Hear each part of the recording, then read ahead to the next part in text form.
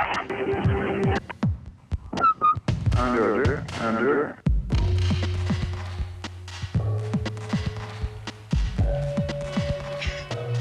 Un, deux, un, deux. 5 minutes, bien. Mes chers amis, Au bout, pour la première fois de notre histoire, il y a enfin l'espoir. L'espoir de vivre enfin dans un pays qui nous ressemble, un Québec indépendant et libre.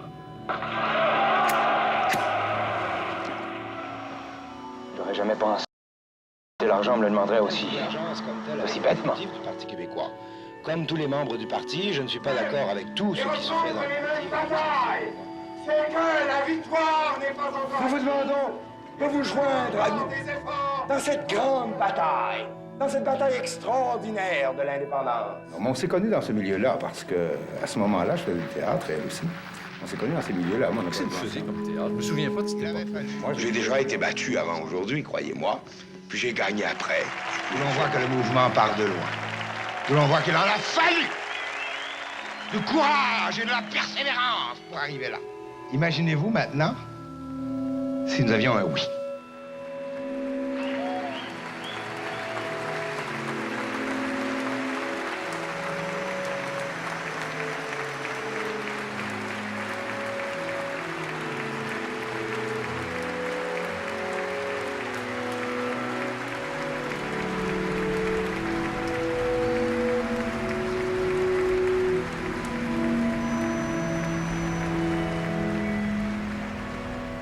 Les derniers jours de Pierre Bourgault étaient sereins. Pendant les derniers jours, il était serein et en paix. Ce que je sais, c'est que, étant tout petit et depuis toujours, la mort ne m'a jamais effrayé comme tel et je ne me suis jamais battu contre la mort. Moi, je me bats comme un forcené si j'ai une chance sur 1000 de gagner. Mais si je n'ai pas une chance sur 1000 de gagner, je ne me bats pas. Je n'ai aucune chance de gagner contre la mort et je ne me battrai jamais contre la mort. Allumeur de conscience, professeur de liberté, tribun exceptionnel, indépendantiste de choc, pourfendeur d'idées reçues, oui, Bourgault a été tout cela, mais il était surtout ce que tout bon citoyen devrait être, un casse-pied qui remet tout le temps, en cause.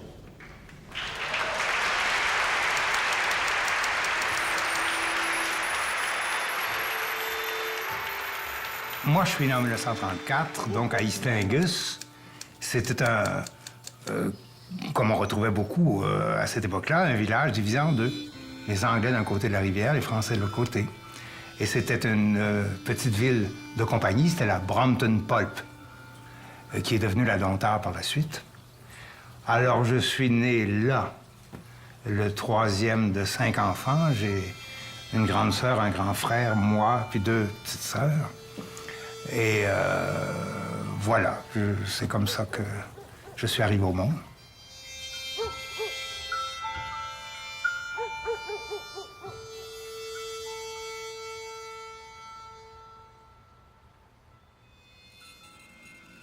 J'ai pas beaucoup de souvenirs de l'enfance de Pierre, mais je sais qu'il a souvent dit qu'il n'avait pas eu d'enfance, qu'il était né vieux. Et je crois que c'était un peu vrai. Nous n'avons pas eu l'enfance de jeunes qui grandissent ensemble avec les frères et sœurs. Parce qu'on est déménagé après ça à Cookshire, qui n'était pas très loin, de là quand j'avais, je pense, 9 ans. Quand papa a vendu sa maison à Istingus pour s'en venir à Cookshire, où il était registrateur, où il travaillait, c'était très anglophone à Cookshire. Et on était très réticents à voir des Canadiens français arriver. Et quand on est arrivé à Cookshire, il a fallu habiter à l'hôtel pendant 3 mois parce que personne ne voulait louer une maison à des Canadiens français. Parce que le fait qu'on n'avait pas de logement est ce qui a provoqué son départ vers le pensionnat. Mes parents avaient décidé de nous faire instruire. Ils n'étaient pas riches, mes parents, mais ils trouvaient que c'était ce qu'il y avait de plus important. Et c'était difficile de nous faire instruire dans un petit village. Alors, ils nous ont envoyés les 3 à Saint-Lambert, et j'ai été pensionnaire, moi, de 7 ans à 18 ans. Alors d'abord à Saint-Lambert, puis après ça au séminaire de Sherbrooke pendant 1 an, où ça a été très mal. J'ai attrapé la scarlatine, la typhoïde, tout pour tuer un enfant. Mais je suis pas mort. Et après ça, à Brébeuf, à Montréal. Donc moi, j'ai quitté la famille très, très tôt. Donc j'ai pas eu beaucoup de contact avec ma famille.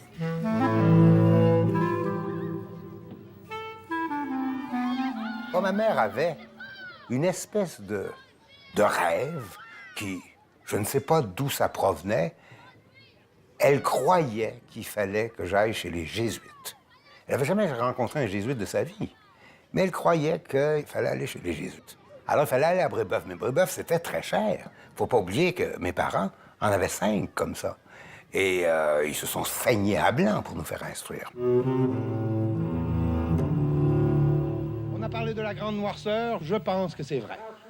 Je pense que les gens qui ont mon âge et qui sont un peu plus vieux, qui avaient vécu, étant jeunes, les années du Plessis, je pense que ça n'a pas toujours été très drôle. Eh bien, la province de Québec, c'est la grande maison paternelle de la nation canadienne-française. Il faut avoir un plan. Moi, à cette époque-là, j'étais privilégié. Collège classique. Brébeuf, comme tout le monde, Trudeau, Bourassa, moi. Et il y avait bien sûr une sorte de nationalisme en ce temps-là. Nous étions nationaleux, comme tout le monde l'était.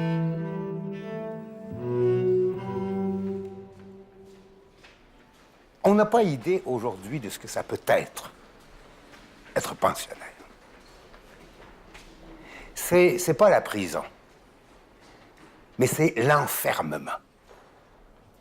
Et il faut pas oublier là, que je suis un enfant et un adolescent, c'est pas un adulte.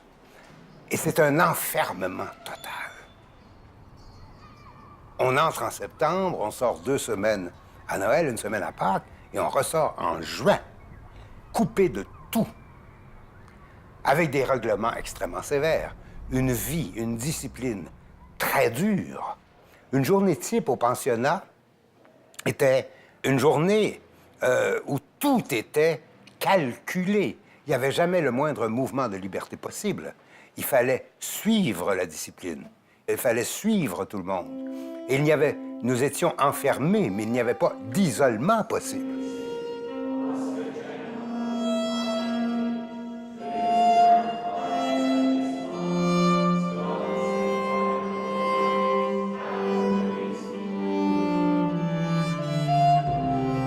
Les jésuites ne cherchaient pas à former des artistes, des écrivains ou des peintres ou des dramaturges. Ils cherchaient à former des hommes politiques, d'abord d'autres jésuites, ou alors des médecins, des avocats, des hommes politiques, être proches du pouvoir d'une manière ou d'une autre.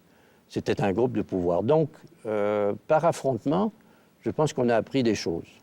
Moi, je sais qu'une bonne partie de mes combats, je les ai menés grâce à ce que j'ai appris à leurs dépens. Et Pierre aussi, d'ailleurs. Les jésuites.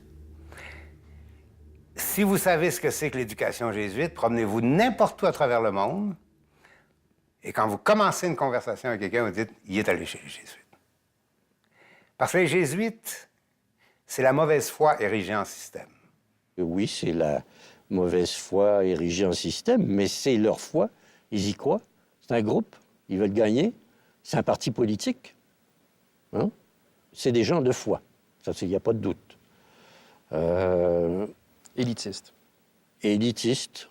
Ben oui, mais ça suffit, là, l'égalitarisme, à un certain moment, ça vous prend des chefs quelque part. Alors, c'était une fabrique de chefs. Je ne sais pas. Moi, je n'ai rien pour ni contre les jésuites. Je suis passé chez eux et finalement, à travers eux, j'espère. Mais il en reste toujours quelque chose. Vous connaissez ma mauvaise foi. Il me semble que dans les années à venir, un des objectifs auxquels nous devrions tendre, c'est celui de la réflexion sur une morale laïque et du refondement chez nous d'une morale laïque. Morale laïque qui existe en Europe, mais qui existe bien peu ici. Le bien commun repose essentiellement sur la liberté des esprits et des consciences.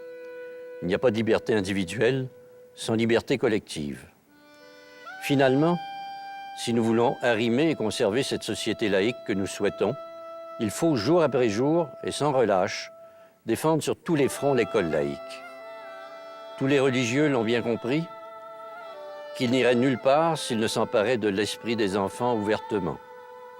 L'école est l'instrument absolu des intégristes de toutes sortes, et c'est pourquoi le combat pour l'école laïque vient au départ de tous les autres combats qui en sont l'aboutissement.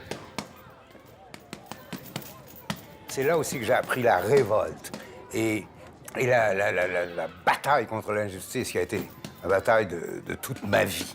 Puis en philo 1, j'ai dû être tellement écœuré que j'ai commencé à couler toutes mes matières, à avoir de très mauvaises notes. Et je tenais un discours autour de moi extrêmement démobilisateur, de sorte qu'il y en a une quinzaine que j'ai convaincu de couler en même temps que moi. Ça a été catastrophique. Et là, j'étais mis à la porte, en philo 1. Et là, ils m'ont accusé aussi d'avoir entraîné les autres. Comme ça ça commence jeune. Hein? Et après ça, j'ai voulu retourner, mais ils n'ont jamais voulu me reprendre.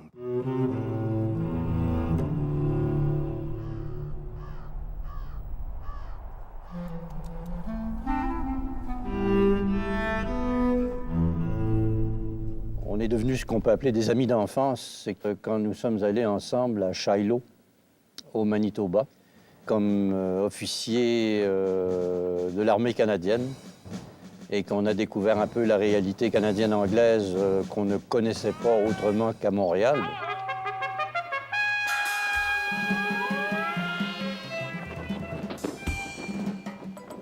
On était sous le commandement d'officiers canadiens-anglais. On était placés dans nos baraques respectives, les Canadiens français d'un côté, les Canadiens anglais de l'autre, ce qui nous a amenés à avoir des relations difficiles à l'occasion. Évidemment, là, le nationalisme de cette époque-là avait beaucoup de prise sur nous, parce que tout se passait en anglais dans cette maudite armée-là. Alors, on se battait pour le bilinguisme, on y réussissait très, très difficilement. On réussissait très difficilement à gagner quoi que ce soit. Mais il y avait un avantage extraordinaire, c'est que le commandant du camp, le général Ménard, qui n'était pas général, qui était colonel à l'époque, lui était un nationaliste aussi, très, très, très ardent. Mais la fois que Pierre Bourgault était venu me voir, c'est parce qu'il avait parlé français dans le mess, puis le commandant de son école d'artillerie n'aimait pas ça. Puis il lui avait dit, il dit, écoutez, ici, on parle anglais. Ah oui, c'est vrai, ça, je me souviens. Puis il était venu me voir. J'ai demandé, j'ai fait venir le commandant de l'école d'artillerie, puis j'ai demandé de quel droit il empêchait un francophone de parler sa langue. De me trouver le règlement quelconque qui devait exister parce que lui l'appliquait. Il n'a jamais trouvé le règlement. Puis par la suite, tous les francophones parlaient français dans le mess. La langue a coûté bien des galons, hein, en général. Je sais pas si. Pour bien des gens aussi. Ça a été, à ce moment-là, parmi mes premières batailles nationalistes, mais d'un tout autre ordre. Et j'aimais ça parce que, comme je dis, il n'y avait pas de guerre. On tirait du fusil d'abord, après ça, on tirait du canon. Et puis, il y a eu toutes sortes d'anecdotes assez amusantes. Alors, c'était des bonnes jobs d'été, on était bien payés, puis nourris, logés, habillés. C'est comme ça qu'on voyait ça.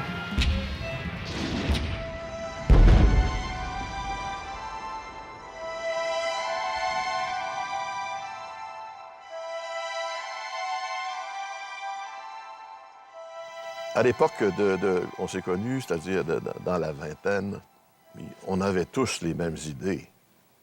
Mais qui est allé au bout? Quelques-uns seulement.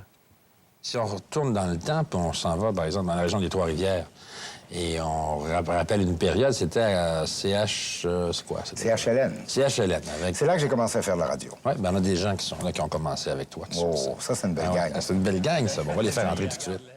Trois-Rivières, en 1954, avait attiré à CHLN, j'entends, des gens qui venaient d'un peu partout, des Montréalais comme Lise Payette et André Payette. Georges, des garçons les plus charmants que j'ai connus de ma vie. Donc, il y avait un noyau, pas un billon de culture, mais il y avait des gens qui se retrouvaient, qui avaient à peu près les mêmes goûts et qui communiquaient bien. Et ça durait 4 ou 5 mois. Parce que vous habitiez ensemble. Tous les trois, on a habité ensemble, rue Bonaventure, à deux endroits différents, mais tout près de là. Oui, moi, je m'en souviens vaguement. Mais on s'est retrouvés, Dore et moi, à Sherbrooke. Oui. puis Raymond et moi à Ottawa. Ottawa has had a TV station for just over 2 years, since Coronation Day 1953, with 75% telecasts in English, 25% French. J'avais écrit, je l'avais prévenu qu'il y avait un poste d'annonceur qui était disponible à Ottawa. Il envoie un ruban, une audition, puis il est accepté. Au printemps de 1956. Ici, Radio-Canada. Et là encore, il est resté peut-être 6 ou 8 mois annonceur, puis il est passé régisseur. Jusqu'au jour où, en 1959, j'étais régisseur à Radio-Canada et j'étais régisseur tous les jours sur l'émission Bobino avec Guy Sanche. Et juste avant, une demi-heure avant, ça se faisait en direct dans un tout petit studio. Et juste avant l'émission, une demi-heure avant, j'ai dit à Guy, je suis bien tanné de travailler ici. Ben, il dit, démissionne. J'ai dit, ça, c'est une bonne idée. Et je suis monté au bureau du boss qui s'appelait Bérard, si je ne m'abuse. Et je lui ai dit, je m'en vais. J'ai démissionné. Et un mois après, je suis parti pour l'Europe, sur un petit cargo allemand qui prenait l'eau.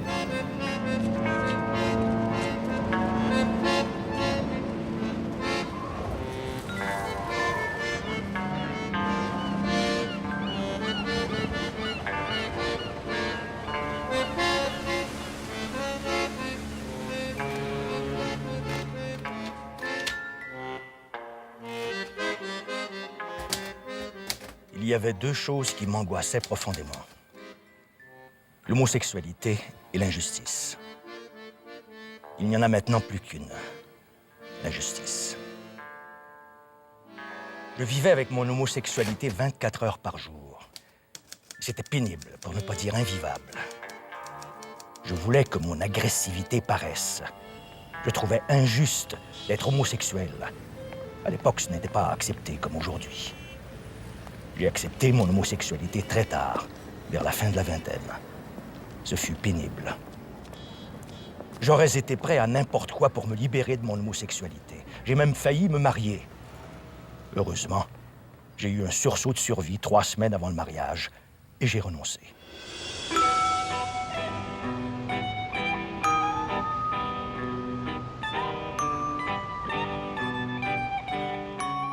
Non, en Europe, tout ce que j'ai fait, c'est la bohème. J'ai crevé de faim pendant 6 mois. J'ai joué au boule à la Pergola à Saint-Germain. Surtout avec François Tassé, on était les 2 champions. J'étais dans ma petite chambre dans le 14e arrondissement. Couché, il faisait froid. Je me rappelle, je mettais mon veston pour dormir, puis je me mettais une tuque. En tout cas, ça cogne à la porte, c'était Pierre. Et là, on s'habille, puis on est allé prendre un café, et puis après, on a continué à se fréquenter pendant plusieurs mois. Parce que je me rappelle, on allait manger et on jouait au flipper, à la machine à boules. Et donc, on a passé plusieurs soirées, je pense, à jouer aux boules en prenant un verre, évidemment. On a rencontré, justement, à la Pergola, 2 Américains qui étaient les gars qui doublaient des acteurs français dans des films.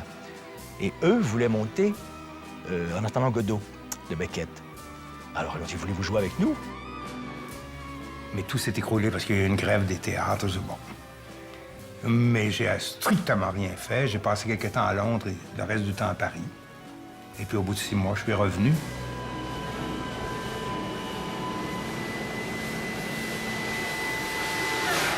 Je suis revenu ici par les premiers avions à réaction.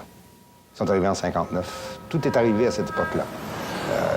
Les avions à réaction, la haute fidélité, la pilule en 61, la Révolution tranquille. Tout est arrivé en même temps. Et là, arrivent les années 60. Alors, quand je suis revenu, là, je retrouvais un Québec différent. Et là, ça a été le commencement de cette vie passionnante que j'ai vécue par la suite.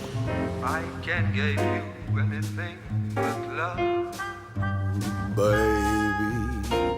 That's the only thing I've plenty of. C'est Pierre et moi, On riait très souvent. On a eu beaucoup de plaisir ensemble. On allait danser. C'était la mode du twist. Et puis sur la rue Saint-Laurent, il y avait un club où on allait danser le twist. On rigolait énormément. C'était quelqu'un de très passionné, de très exubérant. Et puis, moi, je pense que j'aimais beaucoup rire. Et puis... Pierre, il était loufoque. Loufoque. Il savait pas du tout où il allait. Il était à Montréal, il se cherchait, il rigolait tout le temps. C'est un type très drôle. En même temps, il y avait un vide. On sentait que ce type-là, là, il se cherchait. Il a eu des petits rôles. Et mais il ne m'en parlait pas vraiment. Là. Je pense pas qu'il était particulièrement fier de ça. Je pense pas qu'il envisageait une carrière non plus. Il faisait ça un peu comme passe-temps, puis aussi comme gagne-pain. Allô? Oui, c'est moi. Ah, j'y arrive pas. Ou alors je suis incapable. Ouais. La chanson que vous avez entendue, il a gagné ses épaulettes, eh bien, on ne sait pas exactement à qui elle s'applique. Non, pourquoi? C'est une responsabilité que tu prends là. Oui, enfant. Parce que si tu prenais ça comme un amusement... Quand on est jeune, on parle de tout, de ce qu'on lit, de ce qu'on voit au théâtre, au cinéma, des amis, et certainement, assez rapidement, on a parlé du projet de société qu'on avait à cœur. On venait de fonder le RIN et Pierre s'est joint au groupe du RIN pas longtemps après le début. En arrivant d'Europe, j'habite le quartier Côte-des-Neiges. Et il faisait beau. Un soir, je me promenais dans la rue et je rencontre Claude Préfontaine, qui est un ami à moi. Je m'en allais justement chez d'Allemagne, puis je le croise. J'ai dit, hey Pierre, ça t'intéresse-tu? Viens-tu? On se réunit chez d'Allemagne, là, puis on va parler. C'est qui ça? Il dit, ben c'est un ami. Et puis on va parler du RIN et de l'indépendance du Québec. Je dis, mais qu'est-ce que c'est que ça? Je n'ai jamais entendu parler de ça. Ça ne m'intéresse pas. Alors, il est venu avec moi. Puis c'était à ce moment-là que... Là, ça a cliqué avec l'Allemagne comme ça. Là, c'est devenu comme... ça a été extraordinaire. L'Allemagne est devenue son espèce de gourou politique, si on veut. L'Allemagne avait une culture politique exceptionnelle. Le nationalisme existait avant. Ce que l'Allemagne a apporté peut-être d'éléments nouveaux, c'était justement le concept de l'indépendance, avec ce que ça représentait, l'ONU, une constitution... Tout était à faire. Il n'y avait pas de ministère d'éducation ni rien. Alors, Bourgault a rencontré d'Allemagne et c'est ce discours-là d'Allemagne qui l'a emballé. Après 400 ans d'histoire faite par les autres, au bout de la bataille, au bout de l'effort, il y a l'espoir. Cet espoir-là peut prendre toutes sortes de formes. Pour nous, l'indépendance, c'était pas une guerre, il n'y avait pas de méchants, on n'était pas contre les gens, c'était pas négatif, c'était très positif. C'était un rêve, c'était un projet social, et c'est ça qui était intéressant. La souveraineté pouvait être social-démocrate, elle pouvait être laïque, pouvait être positive et non pas agressive. Le RIN a été lui-même le résultat d'un grand mouvement, non pas seulement québécois, mais universel. C'était, après la guerre, c'était toutes les indépendances nationales en Afrique, tout le mouvement de décolonisation en Algérie, au Maroc, un peu partout, et en Amérique latine, bon, il y avait Fidel Castro qui voulait sa révolution sociale. Alors, c'était un discours de décolonisation, de désaliénation. Quand un peuple comme le nôtre n'a, à toute fin pratique, pas de héros, mais que des martyrs, c'est qu'il est profondément colonisé. Tous ceux que nous vénérons depuis 200 ans ont été battus. Qu'ils s'appellent Montcalm, Lévy, Papineau, Riel, Chénier, tous, sans exception, ont tous été battus. La chose importante ou différente, c'était peut-être de concevoir la situation en termes de droits. Les droits d'une majorité sur un territoire donné, qui était le Québec. Et ça vaut pour tous les peuples du monde. Les Anglais, chez eux en Angleterre, sont unilingues anglais. Et les Suédois en Suède sont unilingues suédois. Et les Allemands en Allemagne sont unilingues allemands. Et les Anglais au Québec sont unilingues anglais. Pierre était venu faire son grand discours parce que Pierre est tribun. Cass, c'était vraiment un tribun, un orateur. Et puis il y avait son côté acteur qui jouait beaucoup parce que quand il parlait, quand il était orateur, il y avait une espèce d'accent là, qui me faisait toujours rire. Je disais toujours, tu mis ton accent français. Puis là, il parlait bien, il articulait, il projetait. Il était capable, évidemment, de tenir une foule. Il était captivant. Aujourd'hui, réjouissez-vous, parce qu'enfin, vous avez un pays. Merci. J'ai trouvé le one-man show 100 fois plus intéressant que comédien. C'est que comédien, on joue les textes des autres, on est dans un rôle, on est quelqu'un d'autre. Alors que l'orateur, pour moi, c'est quelque chose d'extraordinaire, c'est du striptease. On se met à nu devant. On ne joue pas, on est, et c'est toujours son propre texte, sa propre voix. Et ça m'a donné des satisfactions 1000 fois plus agréables que le théâtre. Moi, je crois que le principal défaut, finalement, peut-être le seul qui explique un peu les autres comportements, Pierre était très vaniteux. Et il connaissait sa puissance. Il la savait et il s'était fondé.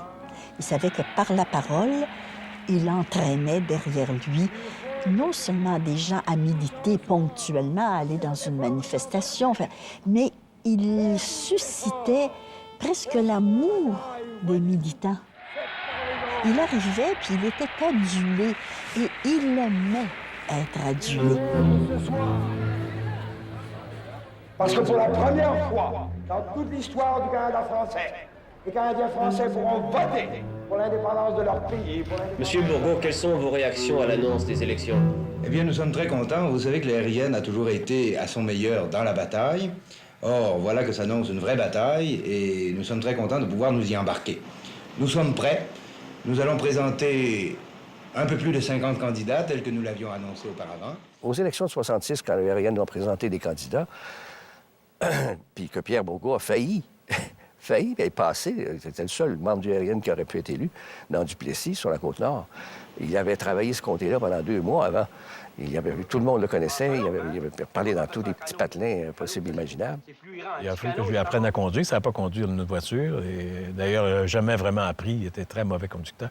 Il a appris à piloter un avion. Par contre, il était pas mal meilleur dans l'avion que sur la route et moins dangereux.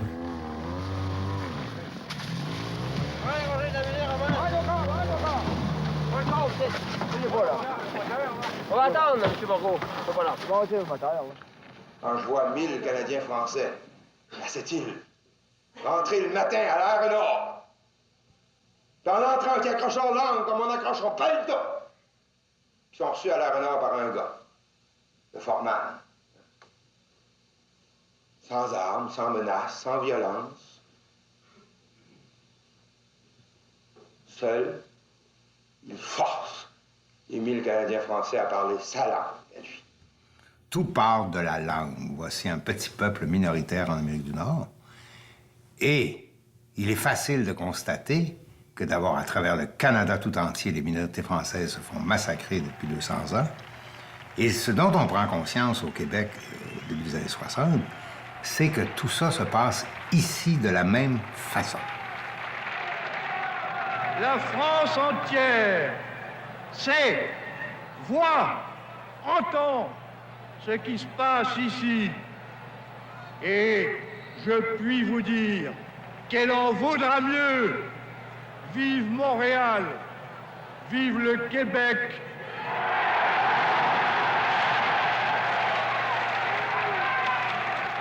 Vive le Québec libre.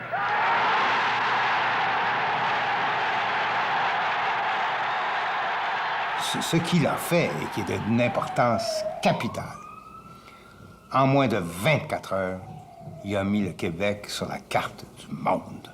Quand on n'a que des martyrs, comment voulez-vous qu'on ait des aspirations. Comment voulez-vous qu'on ait envie de se battre quand on sait, depuis 200 ans, qu'on perd et qu'on perd? C'est ça, être profondément colonisé. Et c'est ça qui nous a fait crier « Vive le général de Gaulle ». Parce que lui, pour la première fois en 200 ans, il est venu là, sur notre terre, nous dire en français ce qu'il pensait. C'est le premier homme qui a gagné, qui est venu nous dire « Lâchez pas ». Il y avait des grandes qualités d'orateur, mais à mon avis, ce n'était pas un bon chef de parti. Parce qu'il était trop individualiste. Et parfois, il disparaissait sans laisser d'adresse, c'est le cas de le dire, pas de numéro de téléphone, pas moyen de le joindre. Et on en avait besoin, c'était le chef du parti.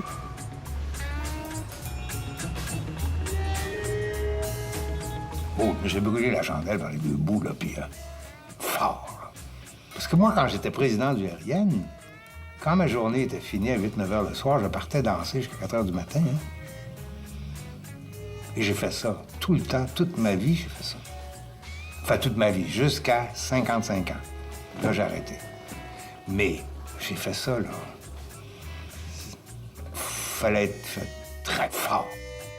Au fond, la vie même du parti, sa vie quotidienne, le travail des militants, ça, là, lui, ça lui importait pas beaucoup. Lui, ce qu'il disait, organisez-moi une assemblée, j'irai prendre la parole. Organisez une manifestation, je me mettrai devant, j'irai prendre la parole. Canada must be unified. Canada must be one. Canada must be progressive. And Canada must be a just society. Prenons une attitude très ferme vis-à-vis M. Trudeau, qui a le culot de venir se présenter aux fêtes de la nation canadienne-française ou québécoise. Si nous protestons contre le fait qu'il soit aux fêtes du Canada français, c'est que lui-même refuse d'accepter l'existence de la nation canadienne-française ou québécoise comme telle. Moi aussi, je suis invité. Beaucoup de gens sont invités. Mais à peu près un mois et demi avant, nous faisons une grande assemblée publique où j'annonce aux gens, voilà, je suis invité à la tribune d'honneur, je n'y serai pas. Je serai dans la rue et j'espère que vous serez là avec moi. Mesdames et messieurs, bonsoir. De Montréal, Radio-Canada vous présente le reportage du défilé de nuit de la Saint-Jean 1968. Et là, nous apercevons le premier ministre du Canada, Monsieur Pierre. Il y a un certain nombre de militants qui allaient se trouver dans la rue avec moi. J'ai dit, au bout de 15 ou 20 minutes, je vais rentrer chez moi et vous allez répandre la rumeur que j'ai été arrêté. Et ça, je savais très bien ce que ça faisait chez les membres du RN. Mais il fallait surtout pas qu'on attaque le président du RN parce qu'à ce moment-là, il devenait farouche. Alors, ça s'est passé à peu près comme je l'avais imaginé, mais pas selon le même scénario. C'est-à-dire qu'au bout de 10 minutes, je n'étais plus là, mais j'avais été arrêté pour vrai. Je suis dans la foule, et à un moment donné, je sens que des gens me montent sur leurs épaules. Mais là, de force, je suis sur les épaules de quelqu'un. Pas sûr que ce soit des militants. Et on se dirige vers, il me semble, vers la tribune d'honneur, mais c'est plutôt vers un panier à salade. Et j'entre dans le panier à salade. Nous entendons tout près de nous toutes sortes de slogans. J'espère que vous pouvez entendre notre voix présentement. Notre estrade est littéralement entourée de manifestants qui manifestent, des gens qui manifestent contre la venue de M. Trudeau ici ce soir. Tiens, voici maintenant l'estrade d'honneur. Il se produit quelque chose à l'estrade d'honneur. Il y a des projectiles qui maintenant volent en tous sens. M. Trudeau insiste, il veut demeurer sur place. Mais la manifestation, évidemment, se poursuit. Ce sera une des manifestations peut-être la plus importante de ma vie, mais je n'y ai pas assisté. Et les policiers sont très nerveux. Surtout qu'il y a toutes sortes de rumeurs qui courent, qu'un policier a été blessé, qu'il y en a un autre qui est mort, qu'il y a une femme enceinte qui a été piétinée par les chevaux. Et ça se répand là, partout dans la foule comme des traînées de poudre. Moi, je ne vois pas ce qui se passe. J'entends ça par des manifestants qui arrivent à mesure dans les paniers à salade.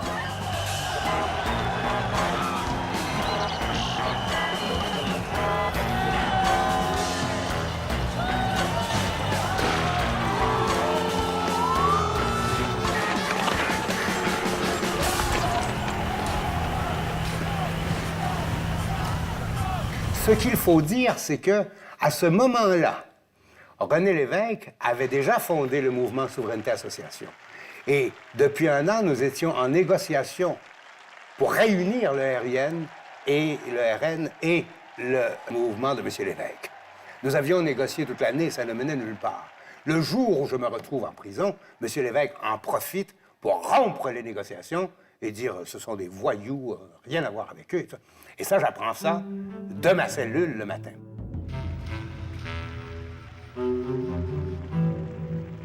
La souveraineté du Québec. Pendant le congrès du Parti québécois, je vois ça à la télévision, et ce que je pensais, c'était ceci. Je dis, au moment où M. Lévesque arrivait avec son parti, qui déjà avait beaucoup, beaucoup de popularité, je me disais, nous ne résisterons pas à la vague. Et je me disais, il faut se défaire du RN et faire de force l'union des indépendantistes. Que l'unité des indépendantistes, même si elle pose des problèmes, même si elle est rude, difficile à faire par moments, et elle le sera dans les temps qui viennent, dans l'immédiat tout au moins, va constituer au Québec une force plus redoutable qu'on n'en a jamais vue. Ni le RN, ni le Parti québécois, seuls ne peuvent faire l'indépendance. On n'avait pas le choix. On n'était pas pour avoir deux partis souverainistes au Québec. Ça aurait été maladroit, ça aurait été catastrophique de diviser les forces. Alors, on les a réunis. Et on a, à mon avis, fichtrement bien fait. Même si, au début, en tout cas, René Lévesque s'est méfié énormément de ce mouvement-là parce qu'il aurait même mieux nous avoir à sa gauche. Lévesque se méfiait encore beaucoup de Pierre Bourgault. Son côté imprévisible, son côté prêt à s'emporter, peut-être à déraper à un moment donné, ça l'a toujours effrayé. Si nous sommes sérieux dans ce que nous avançons, nous savons bien sûr qu'il y a un peu moins de sécurité et pas mal plus de liberté. L'indépendance!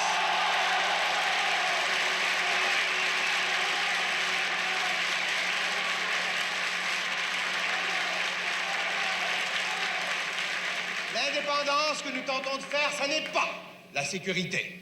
Le statu quo, c'est la sécurité. La démocratie... La contribution de Pierre Bourgault au Parti québécois, c'est d'y avoir amené des indépendantistes plus inconditionnels que ne l'étaient, au départ, les membres du mouvement Souveraineté Association. Et c'est ce que je voudrais que le Parti québécois fasse, rester fidèle aux rêves qui l'ont enfanté. Quand j'étais au PQ, là, que j'étais plus chef du RN, ça a été beaucoup plus dur parce que là, j'étais ostracisé littéralement par le Parti québécois et surtout par René Lévesque, qui m'humiliait systématiquement. Bon, là, c'était dur parce que là, ça servait à rien de faire des sacrifices si c'était pour me faire traîner dans la boue par mon chef, tu sais. Ça, c'était pas drôle du tout, du tout. J'ai beaucoup moins aimé ça. Les relations de Bourgault avec René Lévesque étaient extrêmement complexes et c'est très difficile d'en parler aujourd'hui parce que René Lévesque a été déifié. Depuis la nuit des longs couteaux, René Lévesque ne peut pas être représenté dans notre imaginaire avec un couteau à la main. C'est impensable. C'est dans son dos que les couteaux se trouvent maintenant. On ne peut pas penser autrement. Moi, je pense que René Lévesque a manié le couteau comme n'importe quel politicien et que vis-à-vis Bourgault, c'était plutôt le sabre et le cimetière. Au-delà des questions de style, il reste un désaccord qui a toujours été aussi total que bien franc. Je quitte la politique essentiellement pour pouvoir gagner ma vie. J'ai eu un certain nombre de difficultés dont il faut que je me sorte. Il est difficile pour moi de tenter de concilier les deux vies.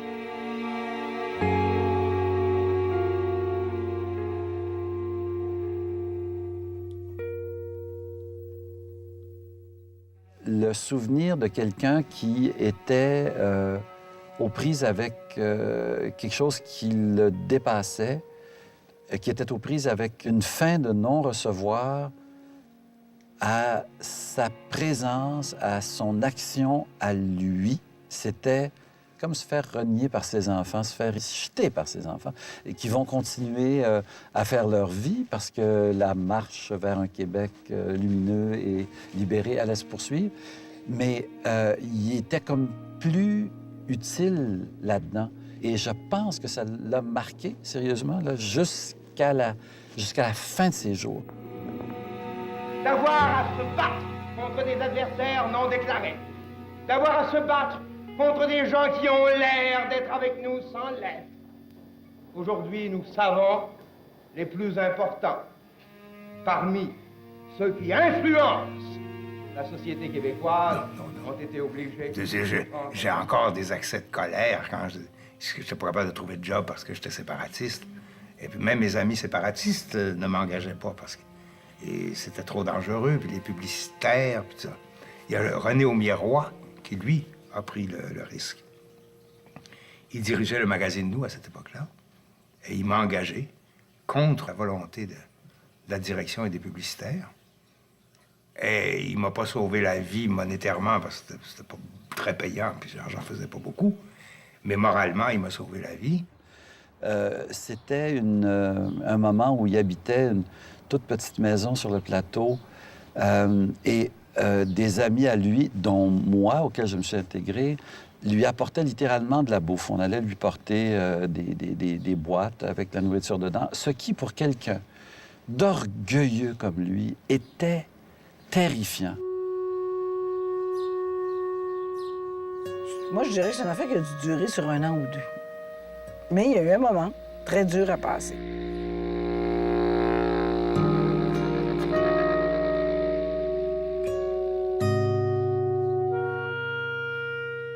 Il y a eu aussi Bourgault faisant faillite. Et c'est la pire chose qui lui est arrivée. Avec, je dirais, peut-être le bien-être social, quand il a fait faillite, là, et qu'on lui en a parlé à la télévision, c'est la plus grande humiliation et c'est la plus grosse colère que je lui ai vu faire.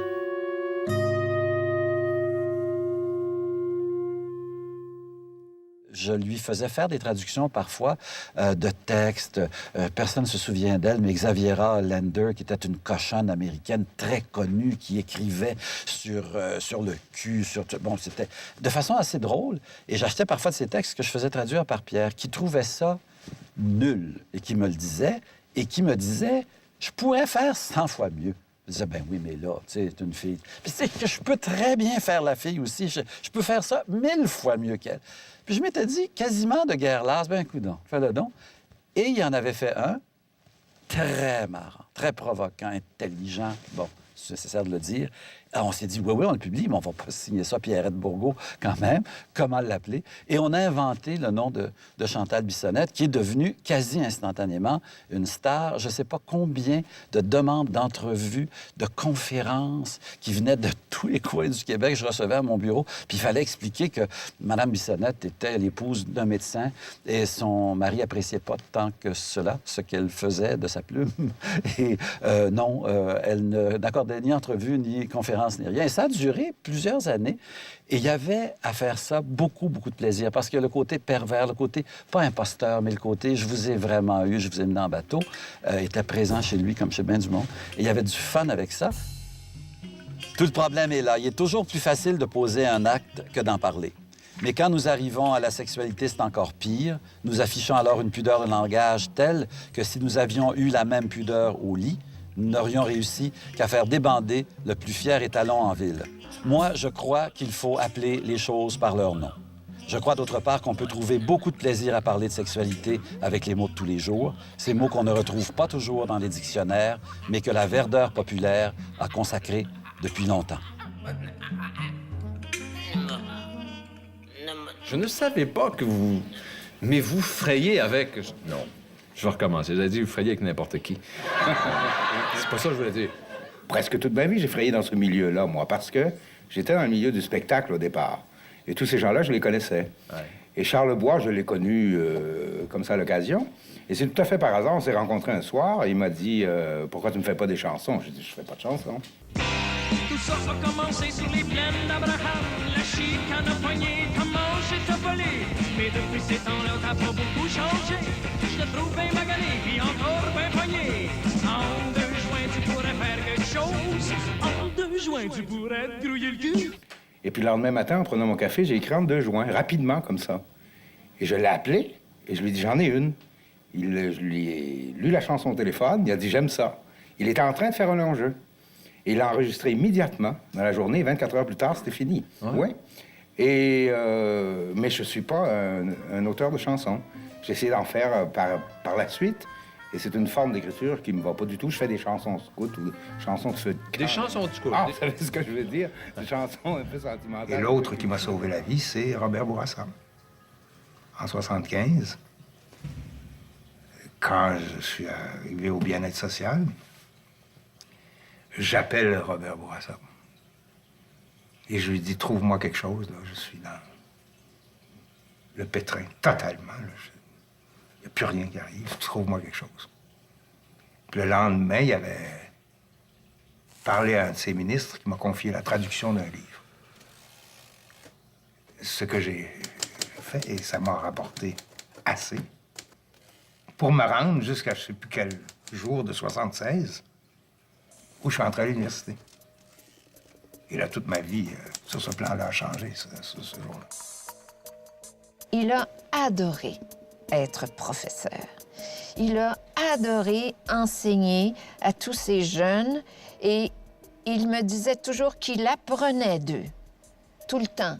C'est toujours les jeunes qui le nourrissaient. Dans ses cours, Pierre était certainement accueillant, drôle, rafraîchissant, mais sans merci. Parfaitement intransigeant. Alors, il attendait de nous qu'on soit présents, là, allumés, puis il espérait faire de nous, je dirais, de grandes gueules, mais pas à tout prix. C'est-à-dire pas des grandes gueules qui disent n'importe quoi, évidemment. Et le juge dit, taisez-vous, sans ça, je fais évacuer. Mais faire évacuer, c'est tous les accusés qui sont... Est-ce qu'il y avait des chouchous? Oui. Bourgault avait des chouchous, de toute évidence. Sur quelle base il choisissait ses chouchous, comme on peut les appeler, ben, je veux dire savoir quoi. Ça aussi, c'est relativement subjectif. Bonjour. Non, Guy, c'est un chouchou. Moi, à l'école, j'ai des chouchous. J'explique parce que ça scandalise les étudiants et les étudiantes. Je dis, moi, j'ai des chouchous. J'ai dit, ça change pas les notes. Un chouchou, une chouchou, c'est quelqu'un avec qui j'ai envie d'aller prendre une bière après. Ce qui n'est pas le cas pour tout le monde. Mais là, ils sont encore scandalisés. Mais eux aussi ont des chouchous, tu comprends? Puis c'est bien le fun quand tu as 20 ans que quelqu'un comme Pierre Bourgault aime ton jugement parce que tu dis, je vais essayer de jamais le décevoir. Le titre d'un de ses cours, c'était « Analyse critique de l'information ». Donc, ce que Pierre nous enseignait, c'était le mot « critique ». C'est ce mot-là qui est le plus important pour moi. Mais d'une approche critique, de la place publique, de la parole et des prises de parole, de tout ce qui nous entoure.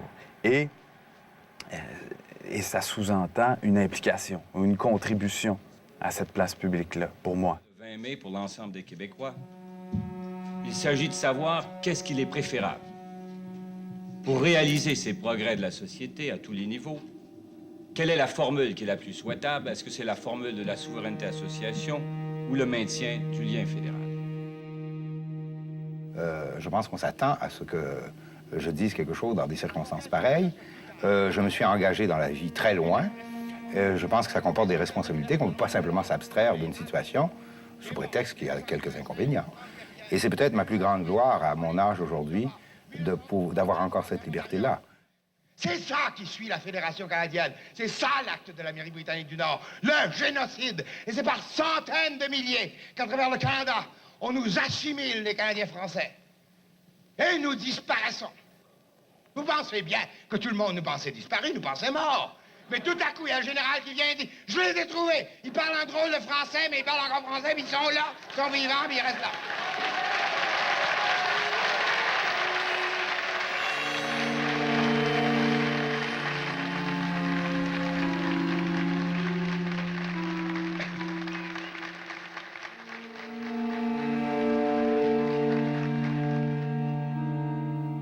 Et j'ai appris, entre autres grâce à lui, à cette époque-là, que Les gens qui pensent pas comme toi, c'est pas nécessairement des épais. C'est des gens qui ont d'autres convictions. Mais tu vois, c'est Bourgault, moi, qui m'a présenté Robert Bourassa. Il avait dit, tu vas adorer Robert. Okay.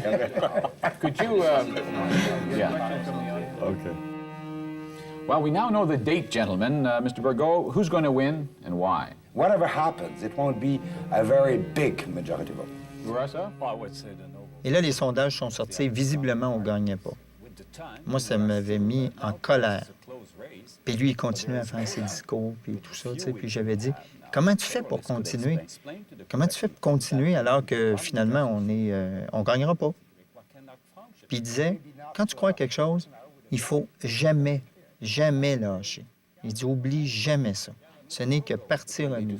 Do you expect that the negotiation will be a success? Do you expect that... Let's just ask me. On a fait, pendant ce temps-là, une douzaine de débats l'un contre l'autre, et on avait arrêté tout ça d'un commun accord parce que ça devenait un freak show. Tu comprends? Je savais tout ce qu'il allait dire, il savait tout ce que j'allais dire. Puis bon, on se répétait, puis bon.